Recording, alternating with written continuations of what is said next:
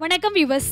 GST goods service tax, அதாவது பொருட்களின் மீதான சரக்கு மற்றும் சேவை வரி. இப்போ இந்தியாவில பரபரப்பான தலைப்பு இதுதான். பொதுவா சரக்கு மற்றும் சேவைகளின் விற்பனை, பரிமாற்றம், கொள்முதல், பண்டமாற்று, குத்தகை, இறக்குமதி போன்ற அனைத்து பரிவர்த்தனைகளிலும் ஜிஎஸ்டி விதிக்கப்படும். இது இந்தியாவில 0, 5, 12, 18 ஆகிய சதவீதங்கள்ல வளர்ச்சி அடைந்து இப்போ 28% மாற்றப்பட்டிருக்கு. இதுல நன்மைகளை விட பாதிப்புகள் ஏராளம் இருந்தாலும் ஜிஎஸ்டி பத்தி யாருக்கும் தெரியாத சில உண்மைகளும் இருக்கு. அதை இப்போ தமிழ் மோஜோல பார்க்கலாம். ஜிஎஸ்டியை இந்தியாவில அமல்படுத்துறதுக்கான குழு கடந்த 2000வது வருஷம் வாஜ்பாய் அரசிலேயே அமைக்கப்பட்டது.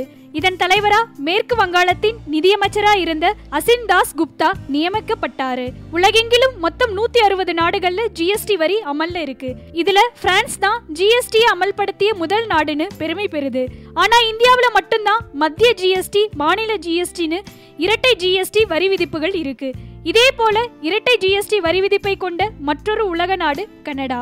உலகத்திலேயே குறைந்தபட்ச ஜிஎஸ்டியை வசூலிக்கும் நாடுனா அது நெதர்லாந்தின் அரூபா தான். இங்க ஜிஎஸ்டி 1.5% தான். ஆனா அதிகபட்ச ஜிஎஸ்டியான 27% வசூலிக்கும் நாடா ஹங்கேரி இருக்கு.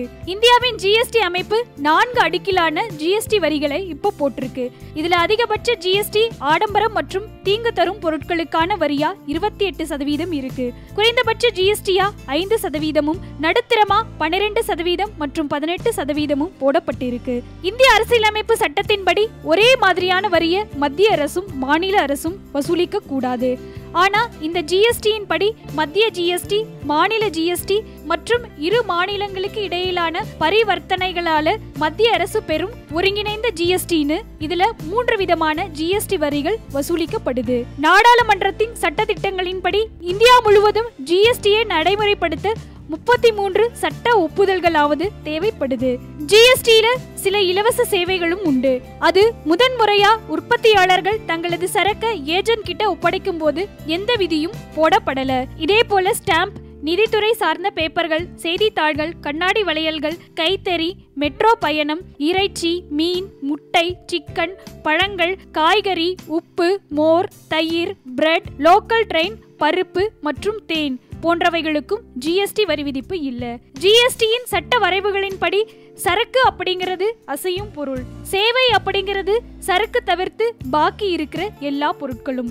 ஆக அப்படியே எழுத்துப்பூர்வமா ஜிஎஸ்டியை பொருட்கொண்டோம்னா அசையும் மற்றும் அசையாத எல்லா பொருட்களும் ஜிஎஸ்டிக்கு கீழே வரும். இன்னும் இது போல பல உண்மைகளை தெரிஞ்சுக்க மறக்காம தமிழ் மோஜோ சேனலை சப்ஸ்கிரைப் பண்ணுங்க.